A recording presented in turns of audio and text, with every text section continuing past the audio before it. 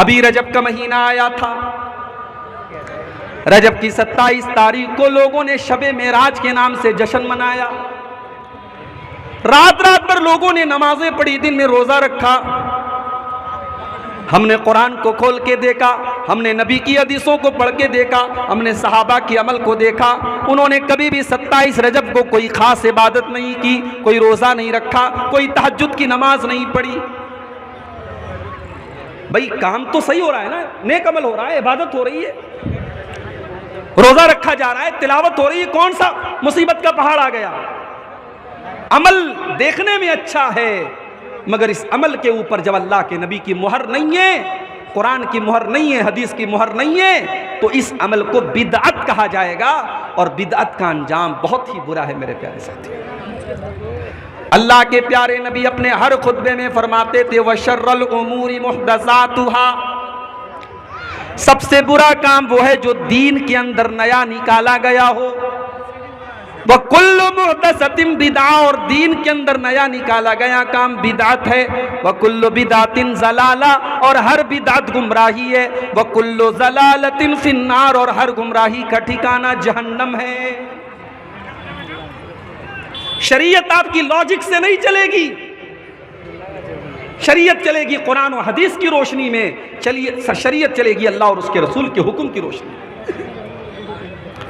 मैयत को आपने दफना दिया, मिट्टी भी दे दी आपने।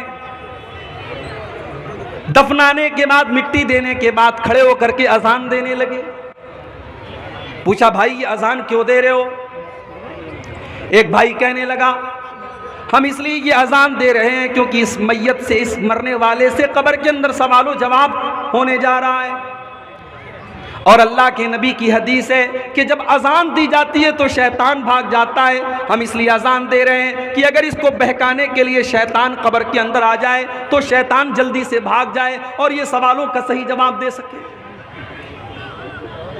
लॉजिक तो बहुत अच्छी है, मंतिक तो बहुत अच्छी है, मगर सीधी सी बात यह है कि अगर मरने वाले के मरने के बाद और दफनाने के बाद और कफनाने के बाद अगर अजान देने से शैतान भाग जाता है तो नबी ने यह अजान क्यों नहीं दिलवाई, सहाबा ने यह अजान क्यों नहीं दिलवाई?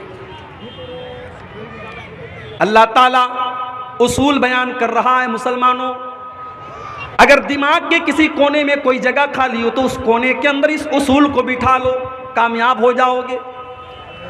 फमन काना यरजू लिक़ा रब्बिही फलयामल अमलन सालिहा, तुम्हें अगर अपने रब से मुलाकात करना है, तुम्हें अगर जन्नत में जाना है, तुम्हें अगर अल्लाह की बारगाह में कामयाब होना है तो तुम नेक अमल करके आना, तुम अमल सालिह करके आना। मैयत का इंतकाल हो गया, आपने खानदान वालों को बुलाया, घर में कुरान खानी होने लगी। हमारे बनारस में एक हाफिज साहब हैं, लोग उनके पास आए, हाफिज साहब मेरी दादी का इंतकाल हो गया है, चल करके आप कुरान खानी कर दीजिए, मेरी दादी को कुरान पढ़ के बख्श दीजिए। हाफिज साहब ने कहा कि मैंने एक कुरान पढ़ के रखा है, जाओ मैं ट्रांसफर कर दूंगा।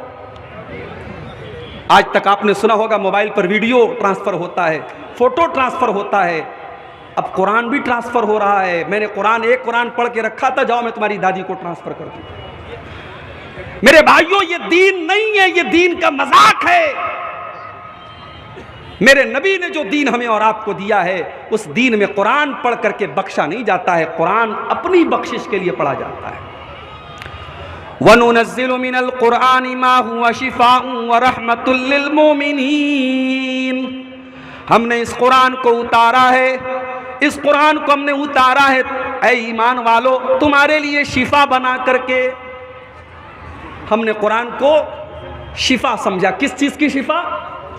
बच्चा बीमार है, मौली साहब पढ़ के दम कर दीजिए। लड़की के ऊपर नजरे बद का असर है, मौली साहब पढ़ के दम कर दीजिए। घर के अंदर बरकत नहीं हो रही है, मौली साहब आकर के कुरान पढ़ दीजिए। हमने कुरान को शिफा समझा दुनिया की बीमारियों के लिए। यकीनन कुरान दुनिया की बीमारियों के लिए भी शिफा है, और बीमारियों में आप कुरान की आयतें पढ़ के दम कर सकते हैं, मगर कुरान हकीकत में जो शिफा है मेरे भाइयों वो दिल की बीमारियों के लिए शिफा है। कुरान रूह की बीमारियों के लिए शिफा है। कुरान आपके दिल से तकब्बुर को मिटाता है, हसद को मिटाता है, लालच को मिटाता है, दुनिया की मोहब्बत को मिटाता है, शैतान की खसलतों से आपके दिल को पाक और साफ करता है। कुरान हकीकत में इस माना में शिफा है। मगर हमने कुरान को कुरान खानी की किताब बना के रख दिया। अल्लाह के नबी फरमाते हैं, जिस घर में सूरह बकरा पढ़ी जाती है उस घर से शैतान भाग जाता है।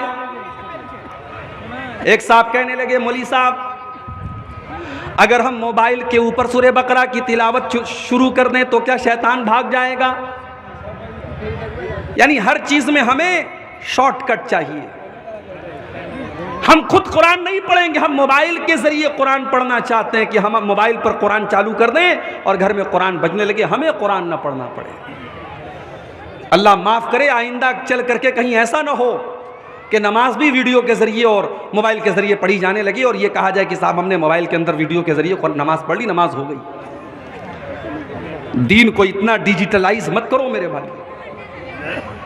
इसीलिए उलमा कहते हैं कि मोबाइल में कुरान पढ़ सकते हैं, तिलावत कर सकते हैं, जायज है, मगर कोशिश करनी चाहिए कि आप ओरिजिनल कुरान से तिलावत करें। हाँ, सफर में है, किसी ऐसी जगह है वहां कुरान नहीं है, मुसहफ नहीं है, तो ठीक है, आप मोबाइल के ऊपर कुरान पढ़ लें। कुरान को इस्लाम को डिजिटलाइज मत कीजिए मेरे भाई। आज बहुत सारी बिदात और खुराफात ने समाज का बेड़ा गर्क करके रखा है। शाबान का महीना आता है, 15 शाबान की रात आती है, हमारे बहुत सारे भाई कब्रिस्तान जाते हैं, अपने मुर्दों के लिए मग़फ़िरत की दुआएं करते हैं, अपनी माँ के लिए, अपने बाप के लिए मग़फ़िरत की दुआएं करते हैं, रात रात भर तिलावत करते हैं, रात रात भर नमाजें पढ़ते हैं। हमने जब अपने नबी की सीरत को उठा करके देखा, हमने हदीसों को उठा करके देखा, हमने सहाबा की सीरत को उठा करके देखा, वहां हमें शबे बारात के नाम से कोई रात नहीं मिली। शबे बारात के नाम से कोई रात नहीं मिली। 15 शाबान की रात में कोई इबादत अलग से अल्लाह के नबी से साबित नहीं है। यहां तक कि यह अकीदा रखा जाता है कि इस दिन मुर्दों की रूहें लौट करके आती हैं। जैसे हमारे हिंदू भाइयों के यहाँ अकीदा रखा जाता है कि साल में एक दिन उनके बाप दादा की, उनके पुरखों की आत्माएं लौटती हैं और वो कौवे की शक्ल में आती हैं, वो कौवों को खाना वगैरह खिलाती हैं। मुसलमानों ने उस कॉन्सेप्ट को अपने यहाँ ले लिया और हमारे यहाँ शबे बारात बन गई। हमारे यहाँ हलवा बनाया जाता है और मुर्दों को उसका सवाब पहुंचाया जाता है। यह बात अपने दिमाग में बिठा लो कि मरने के बाद किसी की रूह कभी दुनिया में लौट करके नहीं आती। यहां तक कि अगर कोई सुसाइड कर ले, कोई आत्महत्या कर ले, खुदकुशी कर ले, उसकी भी रूह दुनिया में वापस नहीं आती। वो हमें और आपको ऐसा लगता है कि ये अचानक मर गया, इसने सुसाइड कर लिया। वो अचानक नहीं मरा है, उसकी तकदीर के चैप्टर में ये लिखा था कि ये सुसाइड करके मरेगा। कोई अचानक नहीं मरता है। किसी एक्सीडेंट हुआ, हमें लगा अचानक हुआ, वो एक्सीडेंट भी हमारे मुकद्दर का एक हिस्सा होता है। कोई अपनी मौत के पहले नहीं मर सकता। मेरे साथ जो हादसा हुआ है वो शायद मौलाना अब्दुल रहमान सलफी के साथ मुंबई में जो हादसा हुआ तो उससे ये हल्का हादसा नहीं था। मैंने जब गाड़ी की तस्वीर खींच करके अपने छोटे भाई को भेजी, मोबाइल मेरा डिस्चार्ज हो गया और उसने सोशल मीडिया पे वो फोटो डाल दिया कि मेरे भाई के साथ हादसा हुआ है। लोगों ने सिर्फ गाड़ी की तस्वीर देखी थी, मेरी तस्वीर नहीं देखी थी। लोग ये मानने को तैयार ही नहीं थे कि मेरी जान बच गई है। गाड़ी की तस्वीर देख करके लोग यकीन नहीं कर रहे थे। उस दिन मेरे मोबाइल पर कम से कम 1000 कॉल आई थी। मोबाइल मेरा दिन भर साइलेंट पड़ा हुआ था। तो हादसा हुआ, लेकिन अल्लाह ताला की कुदरत और अल्लाह की तौफीक, अल्लाह ने जिंदगी की कुछ सांसें और लिखी थी। तो हम ये नहीं कह सकते कि हमारी मौत जो है वो अचानक आई है। मौत तो अपने टाइम पर आती है। अल्लाह ने अगर मौत लिखी होगी तो छोटे मोटे हादसे के जरिए भी मौत आ जाएगी, और अगर मौत नहीं लिखी है तो इतना खतरनाक हादसा हो गया, फिर भी अल्लाह ताला ने अपना कर्म किया और बचा लिया। और मौत के आ जाने के बाद जब बंदे की रूह निकाली जाती है, बंदा अल्लाह की बारगाह में गुजारिश करता है, हत्ता इज़ा जा अहदहुमुल मौत क़ाल रब्बिरजिऊन, जब मौत का टाइम आता है तो बंदा कहता है कि अय अल्लाह मुझे तू एक मौका और दे दे, एक बार तू दुनिया में मुझे लौटा दे। किस लिए लौटा दे? इसलिए नहीं कि मेरा मकान अधूरा था मैं मकान की तामीर कर लूं, इसलिए नहीं कि बेटी की शादी करना था शादी कर लूं, इसलिए नहीं कि कारोबार अधूरा था कारोबार को पूरा कर लूं। लअल्ली आमलु सालिहन फीमा तरक्तु, अय अल्लाह मुझे बस एक मौका और दे दे ताकि मैं नेक अमल करके तुझको राजी कर लूं। अल्लाह फरमाता है कल्ला, ऐसा हरगिज होने वाला नहीं है। इन्नहा कलिमतुन हुवा क़ाइलुहा, मेरे बंदे ये तो बस तेरी एक ख्वाहिश है जो तेरी जुबान से निकल रही है। व मिन वराइहिम बरज़खुन इला यौम युबअसून, अब क़यामत तक तुझे बरज़ख में रहना है। अब तेरी रूह को दुनिया में लौटाया नहीं जाएगा, अब मरने के बाद तेरी रूह को दोबारा एक सेकंड के लिए भी दुनिया में नहीं भेजा जाएगा। हमारे यहाँ ये अकीदा गढ़ लिया गया साफ शबे बारात में बाप दादा की रूहें लौटती हैं। तो ये जो बिदात होती हैं, किसी ने बड़ी अच्छी बात लिखी है कि जो बिदात होती है वो हर साल एक नया बच्चा देती है। रबीउल अव्वल की 12 तारीख आती है, हमारे बहुत सारे मुसलमान भाई 12 रबीउल अव्वल की तारीख को नबी अकरम की पैदाइश का जश्न मनाते हैं। पहले ये जश्न छोटे मोटे पैमाने पर मनाया जाता था, अब हर साल उसके अंदर बढ़ोतरी हो रही है। अब तो ऐसे वीडियो भी आने लगे कि अल्लाह के नबी के नाम पर बड़े बड़े केक भी काटे जा रहे हैं। ऐसे वीडियोस भी हमने देखे कि लड़कियां नाच रही हैं, नबी की पैदाइश का जश्न मना रही हैं। इसी मालदा और कलियाचक की सड़कों पर हमने देखा नौजवान खूबसूरत लड़कियां बड़ी बड़ी गाड़ियों पर बैठी हैं और अल्लाह के नबी की मोहब्बत के नाम पर झंडे उठा उठा करके वो नबी अकरम का नारा लगा रही हैं। ओ लोगों, जिस नबी ने अपनी उम्मत की बेटियों को पर्दे में रहने का हुक्म दिया, जिस नबी ने अपनी उम्मत की औरतों को ये हुक्म दिया कि जब भी तुम घर से निकलो तो पर्दे में निकलो, तुम्हारे जिस्म का कोई हिस्सा किसी गैर मर्द के सामने जाहिर ना हो, आज उसी रसूल की मोहब्बत के नाम पर जवान जवान लड़कियां आज अपनी खूबसूरती की नुमाइश कर रही हैं। जिस नबी ने अपनी उम्मत को यह तालीम दी थी, मन तशब्बहा बिकौमिन फहुवा मिनहुम, जो किसी कौम की नकल करेगा वो उसी कौम के साथ कल क़यामत के दिन उठाया जाएगा। हमने अपने नबी की मोहब्बत के नाम पर अपने नबी का ही बर्थडे मनाना शुरू कर दिया, हमने अपने नबी की मोहब्बत के नाम पर केक काटना शुरू कर दिया। कुछ दिन और गुजर जाने दो, अभी तो केक काटे गए हैं, मोमबत्तियां भी जलाई जाएंगी और जिस तरीके से बच्चे का बर्थडे मनाया जाता है और हैप्पी बर्थडे टू यू कहा जाता है, उस तरीके से हैप्पी बर्थडे टू यू या रसूल अल्लाह भी कहा जाएगा। आप देख लीजिएगा, अगर आप जिंदा रहे तो वो दिन भी आएगा। बिदात हर साल एक नए बच्चे को जन्म देती है। नबी अकरम जब नमाज पढ़ते थे, सलाम फेरने के बाद आप अल्लाहु अकबर कहते थे, अस्तगफिरुल्लाह अस्तगफिरुल्लाह अस्तगफिरुल्लाह कहते थे। मुख्तलिफ आप दुआएं पढ़ते थे, अल्लाहुम्मा अंतस्सलामु व मिनकस्सलामु तबारक या ज़ल जलाली वल इकराम, रब्बी इन्नी अला ज़िक्रिका व शुक्रिका व हुस्नि इबादतिका। मुख्तलिफ आप दुआएं पढ़ा करते थे। उसके बाद अगर किसी की मर्जी है, कोई चाहता है वो हाथ उठा के दुआ करना चाहता है, अपने लिए अपने बाल बच्चों के लिए वो दुआ कर सकता है, कोई मनाही नहीं है। हमने क्या किया, हमने नमाज पढ़ते ही सलाम फेरते ही हमने हाथ उठा के दुआ करना शुरू किया। इमाम ने हाथ उठाए, मुक्तदियों ने इमाम उठाए, मुक्तदियों ने हाथ उठाए, लोगों ने दुआएं की और उसके बाद सब उठ करके चले गए, सुन्नतें पढ़ने लगे। और सलाम फेरने के बाद की जो दुआएं हैं वो कोई नहीं पढ़ रहा है। एक बिदात आती है, 10 सुन्नतों को लेके चली जाती है। मेरे भाई, मुहर्रम का महीना आया, 10 मुहर्रम की तारीख को अल्लाह के नबी के नवासे हजरत हुसैन की शहादत हुई। बड़े दर्दनाक तरीके से करबला में शहीद किया गया। उस शहादत को याद करने के लिए हजरत हुसैन के कब्र की एक शबी बनाई गई जिसको ताजिया का नाम दिया गया। मुसलमान नौजवान ताजिए निकाल करके या हुसैन का नारा लगा रहा है। ओ मुसलमानों, तुम्हें हुसैन की शहादत का गम है। उसी मुहर्रम की 1 तारीख को हजरत उमर फारूक फजर की नमाज पढ़ा रहे हैं और अबू लूलू ने हमला करके उनको शहीद कर डाला। तुमने 1 मुहर्रम को हजरत उमर के नाम का तो कोई ताजिया नहीं निकाला। उसी मुहर्रम के पहले 17 जिलहिज्जा की तारीख को उस्मान गनी को उनके घर में बड़ी बेदर्दी से शहीद कर दिया गया। तुमने उस्मान गनी के नाम का तो कोई ताजिया नहीं निकाला, कोई अलम नहीं निकाला, कोई जुलूस नहीं निकाला। इस्लाम इन बिदात का नाम नहीं है मेरे भाई।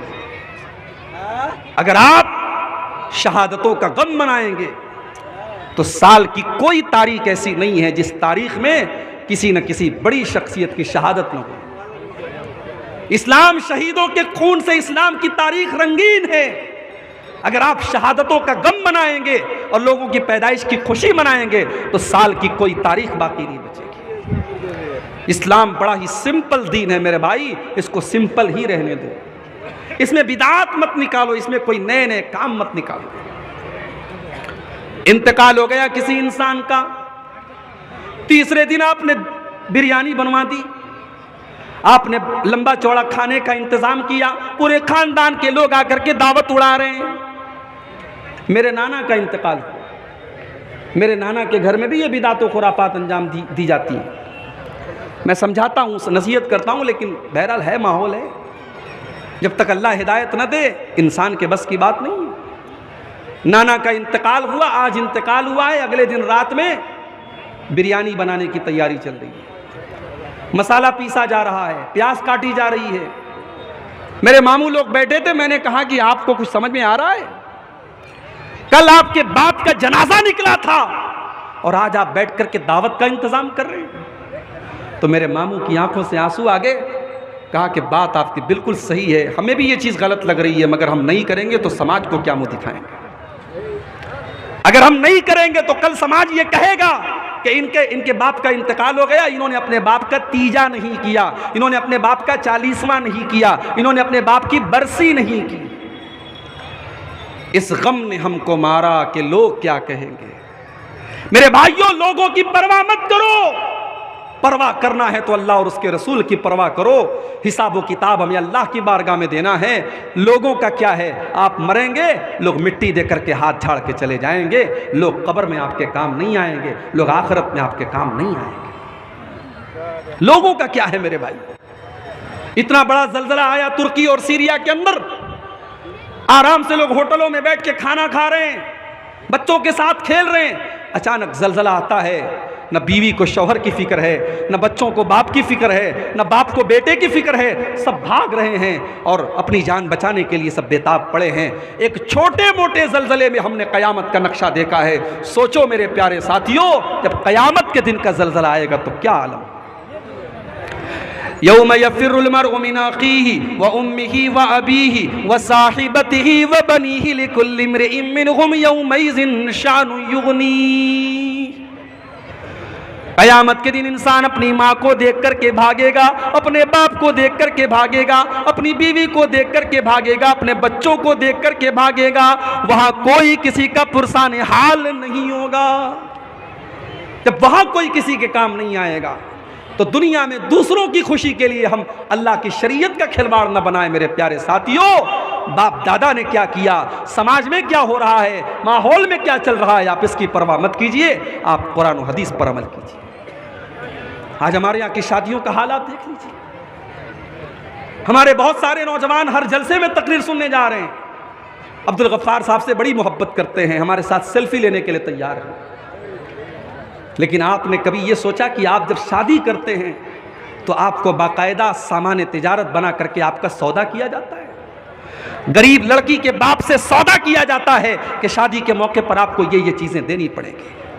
अगर आपके दिल में जर्रा बराबर गैरत है मेरे नौजवानों, अगर इस जलसे में 500 नौजवान भी बैठे हैं, अगर 500 नौजवान ये दिल में इरादा कर लें कि हम अपनी शादी में जहेज नहीं लेंगे, हम अपनी होने वाले ससुर के ऊपर कोई बोझ नहीं डालेंगे, तो 500 फैमिलीज से आप इस बोझ को खत्म कर देंगे मेरे भाई। 500 गरीब बेटियों के बाप सुकून की सांस लेंगे अगर सिर्फ 500 नौजवान इस जलसे में ये तय कर ले कि हम जहेज नहीं लेंगे। हमारे यहाँ बिरादरी चलती है, कोई शेख है, कोई अंसारी है, कोई शेरशाबादी है, कोई कुछ है, कोई कुछ है, मगर इन खुराफात की कोई बिरादरी नहीं है। शेख भी जहेज ले रहा है, अंसारी भी ले रहा है, शेरशाबादी भी ले रहा है, अहले हदीस भी ले रहा है, देवबंदी मसलक का भी ले रहा है। जहेज की और इन रस्मों की कोई बरादरी नहीं है मेरे भाई। अल्लाह के वास्ते आप इस बुराई को ख़त्म करो मेरे भाई। आज हालात ये हो गए, पहले महीने में एक खबर आती थी कि कोई मुसलमान लड़की गैर मुस्लिम के साथ फरार हो गई, मुर्तद हो गई। पहले महीने में, साल में एक खबर आती थी। अब रोज़ाना व्हाट्सएप पर खबरें आती हैं। नेहा अंसारी ने शादी कर ली रोहित के साथ, शबाना शेख ने शादी कर ली संजय के साथ। लड़की मुसलमान है, फेसबुक पर गैर मुस्लिम लड़के से दोस्ती कर रही है, उसको आई लव यू बोल रही है, उसे मोहब्बत का इजहार कर रही है, उसके साथ फोटो खींच करके उसके साथ अपने इश्क और मोहब्बत का चर्चा कर रही है, और फिर एक दिन उसके साथ भाग जाती है और उसके मजहब में दाखिल हो जाती है। यानी इसका मतलब यह हुआ कि हम अपनी बेटियों को इस काबिल भी नहीं बना सके कि उन्हें रब की तौहीद की अहमियत समझा पाते, उन्हें इस्लाम की अहमियत समझा पाते, उन्हें ईमान की कद्र व कीमत समझा पाते। ये ईमान दुनिया की सबसे कीमती चीज़ है मेरे भाई। ये ईमान वो चीज़ है जिसकी हिफाजत करने के लिए अगर जान देनी पड़े तो जान दे दी जाए, अगर माल कुर्बान करना पड़े माल कुर्बान कर दिया जाए, अगर बाल बच्चों को कुर्बान करना पड़े बाल बच्चों को कुर्बान कर दिया जाए। ये ईमान तो वो दौलत है। जब सुमैया रजी अल्लाह ताला अन्हा को जालिम अबू जहल ने जब उनके हाथ पैर को बांध दिया और जवान बेटे को उनके सामने बांध दिया, उनके शौहर यासिर को उनके सामने बांध दिया और सुमैया को ऑफर किया, ऐ सुमैया अगर तू इस्लाम को छोड़ दे, तू ला इलाहा इल्लल्लाह को छोड़ दे, ऐ सुमैया तुझे टॉर्चर करना, तुझे तकलीफ देना छोड़ देंगे। मगर सुमैया को इस दौलत की कीमत पता थी, सुमैया को ईमान की अहमियत पता थी। सुमैया के चेहरे पर मुस्कुराहट आती, अबू जहल इस दिल में ईमान दाखिल हो चुका है, अब ईमान निकलने वाला नहीं है। अबू जहल ने सुमैया रजी अल्लाह ताला अन्हा के कपड़े उतार दिए, मादरजात बरहना कर दिया, सर से पैर तक नंगा कर दिया, जवान बेटे के सामने मां को नंगा कर दिया। सोचो मेरे भाइयों, एक मां के लिए कितनी बड़ी अजियत की बात रही होगी। ऐ सुमैया मैं तेरी अजमत पर कुर्बान जाऊं, तेरे ईमान पर कुर्बान जाऊं, तेरी इस्तिकामत पर कुर्बान जाऊं। सुमैया ने इस अजियत को बर्दाश्त कर लिया, मगर ईमान से कॉम्प्रोमाइज नहीं किया, तौहीद से समझौता नहीं किया। फिर जालिम अबू जहल ने बड़ी बेदर्दी के साथ उनकी शर्मगाह पर हमला करके उनको बड़ी बेदर्दी से शहीद कर दिया। सुमैया ने शहादत दे दी, अपनी जान दे दी, मगर अपनी तौहीद से समझौता नहीं किया।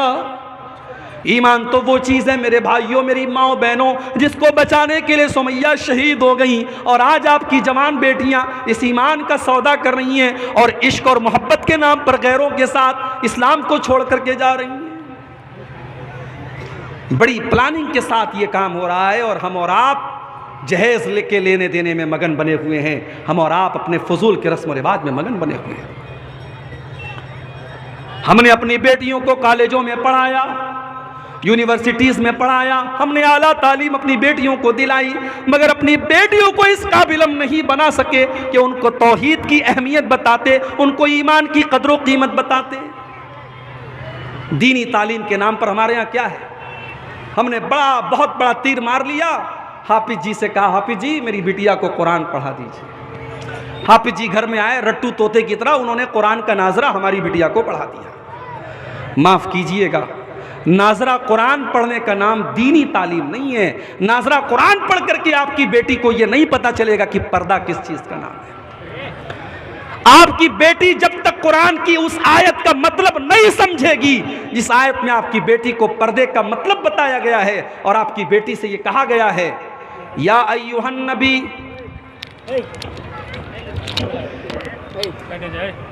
या अय्युहन नबी कुल लिअज़वाजिका व बनातिका व निसाइल मोमिनीना युदनीना अलैहिन्ना मिन जलाबिबिहिन्ना।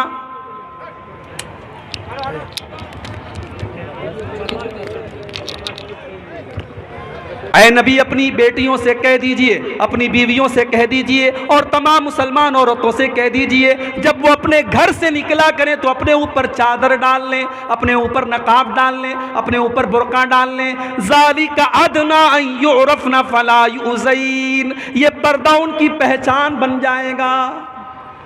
हमारे यहाँ तो पर्दा करने वालियाँ भी कोरोना के बाद मास्क लगाने लगी। अब नकाब नहीं चलता, अब मास्क चलता है। हरे कलर का फ्रॉक है तो हरे कलर का मास्क लग गया, गुलाबी कलर का कपड़ा है तो गुलाबी कलर का मास्क लग गया। माफ़ कीजिए, मास्क नकाब की जगह नहीं ले सकता है। नकाब को भी हमने डिज़ाइनदार बना दिया। अब माशाअल्लाह नकाब इतना खूबसूरत हो गया कि शायद बगैर नकाब पर उतनी तवज्जो और नज़र न जाए जितनी नकाब के ऊपर जा रही है। मेरे भाइयों, हमने अपनी बेटियों को जब कुरान का मतलब ही नहीं पढ़ाया और उनको दीनी तालीम ही नहीं दी, तो हमारी बेटियां अगर आज गैरों के साथ फरार हो रही हैं तो हमें बहुत हैरत नहीं करनी चाहिए। हमने अपनी लड़कियों को इजाजत दी वो बाजार जाएं, हमने बाजार के रास्ते उनके लिए खोल दिए, हमने कॉलेजों के रास्ते उनके लिए खोल दिए, हमने यूनिवर्सिटीज़ के रास्ते उनके लिए खोल दिए और हमने मस्जिदों के रास्ते उनके लिए बंद कर दिए। दुनिया की हर जगह औरत जा सकती है, मस्जिद में नहीं जा सकती। फतवा लग गया साहब, मस्जिद में जाने से फितना पैदा होगा। मेरे भाइयों, आज आप गौर करें कि आज मुस्लिम पर्सनल लॉ बोर्ड भी ये कह रहा है कि नहीं, अगर पर्दे का इंतजाम हो तो औरतों को मस्जिद में इंतजाम उनका होना चाहिए। बड़ी देर में बात आई है, मगर देर आयत दुरुस्त आयत। जब बीमार इंसान होता है ना, मेरे साथ एक्सीडेंट हुआ, ऐसे बजाय मुझे कोई चोट नहीं आई, मगर 2 दिन के बाद अब मेरे सीने में दर्द हो रहा है, पीठ में दर्द हो रहा है। अब मैं डॉक्टर के यहाँ जाऊंगा, डॉक्टर मुझे पेन किलर देगा, अगर अंदरूनी कोई चोट नहीं है तो पेन किलर देगा और साथ में एंटीबायोटिक देगा। उसूल यही है, बीमारी जितनी तगड़ी हो एंटीबायोटिक उतना तगड़ा दिया जाता है। आज एक तरफ बेपर्दगी की बीमारी है, एक तरफ बेहयाई की बीमारी है, एक तरफ फेसबुक की बीमारी है, एक तरफ इंस्टाग्राम की बीमारी है, एक तरफ व्हाट्सएप की बीमारी है। आपकी जवान बेटियों के हाथ में मोबाइल है, रात में 12 बजे वो किससे बात करती हैं आप नजर नहीं रख सकते मेरे भाई। उनके फेसबुक पर उनसे प्राइवेट में कौन कौन चैटिंग कर रहा है आप नजर नहीं रख सकते। जब बीमारियां इतनी बढ़ गई हैं तो एंटीबायोटिक का डोज भी उतना ही तगड़ा होना चाहिए। अगर आपने अपनी बेटियों की सही तरबियत नहीं की, मेरी बात लिख के रख लीजिए, आने वाले 10 और 15 सालों के बाद शायद कोई गांव ऐसा नहीं होगा, कोई खानदान ऐसा नहीं होगा जहां की कोई ना कोई लड़की गैर मुस्लिम के साथ फरार होकर के मुर्तद न हुई हो। ये जंगल की आग की तरह ये चीज फैल रही है। अल्लाह ने कुरान में फरमाया, या अय्युहल्लज़ीना आमनू कू अनफुसकुम व अहलीकुम नारा, ऐ ईमान वालो अपने आप को और अपने परिवार को, अपनी फैमिली को, अपने बाल बच्चों को जहन्नम की आग से बचाओ। अपने दिल पर हाथ रख के बताइए, औलाद वालो, आपका बेटा अगर आग में जल रहा हो और आपको पता लग जाए तो क्या आप जलसे में बैठ करके अब्दुल गफ्फार साहब की तकरीर सुनेंगे? आप दौड़ते भागते जाएंगे। आपको मोबाइल पर कॉल आ जाए कि मेरे बेटे का एक्सीडेंट हो गया, आप हॉस्पिटल पहुंचेंगे और अगर जरूरत पड़ी तो अपना खून दे करके और अपनी जान दे करके आप अपने बच्चे को बचाएंगे। इतनी मोहब्बत करते हैं अपनी फैमिली से, अपने परिवार से, अपने बाल बच्चों से। अल्लाह तबारक व तआला उसी मोहब्बत के को अपील करते हुए फरमाता है, या अय्युहल्लज़ीना आमनू कू अनफुसकुम व अहलीकुम नारा, ऐ ईमान वालो, जिस परिवार से, जिस अहलो अयाल से तुम इतनी मोहब्बत करते हो, उसको दुनिया की आग में तुम जलते हुए नहीं देखना चाहते हो। तुम्हारे बाल बच्चे, तुम्हारे बेटे और बेटियां जहन्नम की आग में कैसे जल रहे हैं और तुम कैसे गवारा कर रहे हो। अपने बच्चों को बचाओ जहन्नम की आग से। मोबाइल बच रहा है। आप रात में तहज्जुद की नमाज पढ़ रहे हैं, आप रात में तहज्जुद की नमाज पढ़ रहे हैं, कौन है भाई?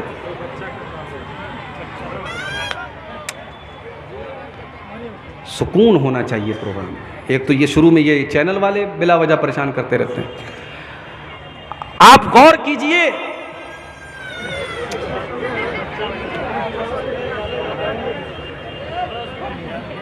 अल्लाह रहम फरमाए। बच्चों की मोहब्बत हमारी और आपके दिल में होती है, लेकिन अगर आप तहज्जुद की नमाज पढ़ रहे हैं और आपका बेटा गलत रास्ते पर जा रहा है और आपकी बेटी गलत रास्ते पर जा रही है मेरे भाइयों, तो अल्लाह क्या हमारी और आपकी गर्दन बच नहीं सकती है। अल्लाह के नबी फरमाते हैं, कुल्लुकुम राइउन व कुल्लुकुम मसऊलुन अन रइयतिही, तुम में से हर इंसान जिम्मेदार है और उसकी जिम्मेदारी के बारे में कल क़यामत के दिन सवाल किया जाएगा। आपको अपने बच्चों की बहुत फिक्र है, आपने बच्चों के लिए प्रॉपर्टी बनाई, आपने घर मकान बनाया, आपने सोने चांदी के जेवरात बनाए, मगर अपने दिल पर हाथ रख के बताओ, आपने अपने बच्चों की आखिरत के लिए क्या किया? आखिरत के लिए आपने क्या किया? दुनिया में तो चलो आपने अपने बच्चों का इंतजाम कर दिया, मगर आपको अपने बच्चों की आखिरत की कितनी फिक्र है? कभी आपने इस पर गौर किया? आज कितने मुसलमान हैं, बच्चा बीमार हो गया, माँ उसकी मालिश कर रही है, मालिश करने के बाद काजल का टीका लगा रही है। आप क्या लगाते नहीं लगाते? काजल का टीका लगाती हैं पेशानी के ऊपर। औरतों से पूछो क्यों लगाती हो, कहती है नजर नहीं लगती। किसने बताया भाई आपको? कुरान में लिखा है, नबी ने फरमाया, सहाबा ने किया नहीं। टोटका है हिंदुस्तान के माहौल में राइज हो गया, बच्चे को नजर का टीका लगाया जा रहा है।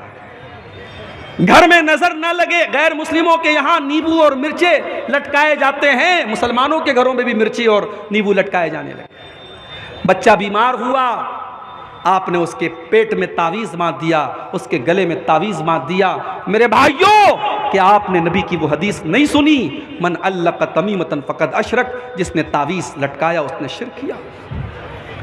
अल्लाह के प्यारे नबी अपने नवासे हसन और हुसैन को पढ़ करके दम करते हैं, ओईज़ुकुमा बिकलिमातिल्लाहि ताम्मा मिन कुल्लि शैतानिन व हाम्मा व मिन कुल्लि ऐनिन लाम्मा। आपने दुआ याद नहीं की, आपको दुआ पढ़ना नहीं आता, तो आपने शॉर्टकट तलाश किया, आपने मौलवी साहब से कहा तावीज़ बना के दे दीजिए। मौलवी साहब ने तावीज़ बना के भी दे दिया। मेरे भाइयों, इन बिदात और खुराफात से अपनी फैमिली को बचाओ, शिर्क से बचाओ अपने बच्चों को। हजरत याकूब अलैहिस्सलाम को देखो, उनके 12 बच्चे हैं। याकूब अलैहिस्सलाम का इंतकाल होने वाला है आखिरी टाइम में। 12 बच्चे उनके बिस्तर को लपेटे, बिस्तर को घेरे हुए हैं। हजरत याकूब अलैहिस्सलाम अपने बच्चों से कहते हैं, अम कुंतुम शुहदा इज़ हज़र याकूब अल मौत इज़ क़ाल लिबनीहि मा ताबुदून मिन बादी। हजरत याकूब अपने बच्चों से कहते हैं, किसकी इबादत करोगे? कालू नाबुदु इलाहका व इलाह आबाइका। बच्चे कहते हैं, अब्बा जान, हम आपके और अपने बाप दादा के माबूद की इबादत करेंगे, हम अल्लाह की इबादत करेंगे। याकूब अलैहिस्सलाम को अपने इंतकाल के टाइम बच्चों की तौहीद की फ़िक्र है। मेरे प्यारे साथियों, अपने बच्चों के अक़ीदे की फ़िक्र कीजिए। और जाते जाते मैं चाहता हूँ कि थोड़ा सा आप, चूँकि मैं मजबूरी की वजह से मुझे पहले नंबर दिया गया है, जलसे वालों को इस बात का भी डर है कि कहीं जो चंदे का एक उम्मीद, प्रोग्राम के ज़रिए एक उम्मीद है चंदे की, कहीं वो चंदा कम ना हो जाए। मैं बड़े अदब से आपसे गुजारिश करता हूँ, मेरी तकरीर का आखिरी पॉइंट चल रहा है, 5-10 मिनट आप आइए और इस कब्रस्तान के रास्ते के लिए, ज़ाहिर कब्रस्तान हमारी बड़ी बुनियादी ज़रूरत है। ये सदक़े जारिया होगा अगर आपने 100 रुपया, 1000 रुपया, 10,000 रुपया, जो भी आपकी ताकत है, आपने अगर कब्रस्तान में ताउन किया, तो जब तक ये कब्रस्तान का रास्ता रहेगा तब तक आपको और जिसकी तरफ से आपने सदका दिया होगा उसको उसका सवाब मिलता रहेगा। मैं आपसे गुजारिश करूंगा कि आप इस कार्य खैर में हिस्सा लेते चले जाएं और ताउन करते चले जाएं। मुझे इस बात का भी हुक्म मिला है कि थोड़ा बहुत आपका ताउन भी जो है मैं कबूल करूं। मेरे भाइयों, आज हमें और आपको इस कार्य खैर में, इस तरीके की चीज़ों में भी अपने आप को और अपने घर वालों को हिस्सा दिलवाना चाहिए। नबी अकरम ने औरतों से फरमाया था, तसद्दक़ना, तुम सदका खैरात किया करो, फ़इन्नी उरीतुकुन्ना अक्सर अहलिन नार, मैंने तुमको जहन्नम की आग में बहुत ज़्यादा जलते हुए देखा है। मैं अपनी माँ बहनों से गुजारिश करूँगा कि आप बढ़ चढ़ करके इस कार्य खैर में हिस्सा लें, अपने ज़ेवरात उतार करके आप दें। नबी के दौर में हमने सहाबा की, सहाबियात के वाक़यात हमने हदीस की किताबों में पढ़े हैं कि अल्लाह के नबी ने चंदे की अपील की, औरतों ने अपनी कान की बालियाँ, अपने गले के हार उतार करके दे दिए। आज वो मिसाल, आज इस सरजमीन चिलमारी पर भी आपको कायम करना है, चिलमारा पर भी कायम करना है। आपको इस कब्रस्तान के लिए आपको सदका जारिया के तौर पर अपना जो ताउन है, जो दान है, वो आपको देना है। मेरे भाइयों, वक्त बहुत नाजुक है, वक्त बहुत नाजुक है और दीन और ईमान को बर्बाद करने के लिए बहुत सारे फितने इस वक्त जो है सामने आ रहे हैं। हमें और आपको, अपने आप को और अपने घर वालों को इन फितनों से बचाने की ज़रूरत है। और उसके लिए बड़ी ज़रूरी चीज़ ये है कि आप अपने बच्चों को दीन की तालीम दिलाएं। मैं ये नहीं कहता कि आप सारे बच्चों को आलिम बना दीजिए, सारी बच्चियों को आलिमा बना दीजिए, मगर कम से कम अपनी औलाद को आप दीन की इतनी तालीम दे दीजिए कि जो दीन की मोटी मोटी बात है, जो बेसिक नॉलेज है, आपका बेटा आपकी बेटी उस दीनी इल्म आप उसके अंदर मौजूद हो।